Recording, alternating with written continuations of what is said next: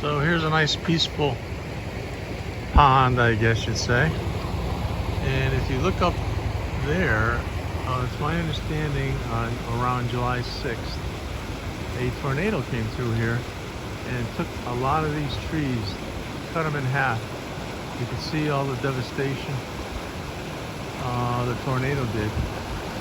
Really did a number on these trees. So,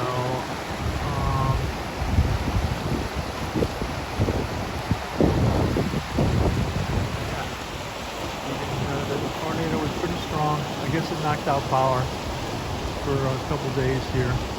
By the time I got here on Saturday, it was all gone. But I have come through here once before, like Sunday I think it was, or Monday. And electric power trucks were out here at that point, you know, doing restored electricity. It's a pretty bluish color of water here as it's coming off the falls. We're going to walk down here a little bit.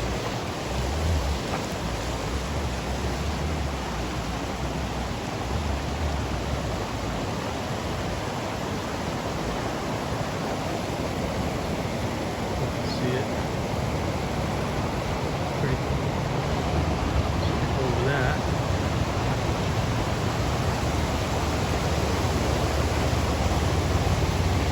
Another view of the devastation.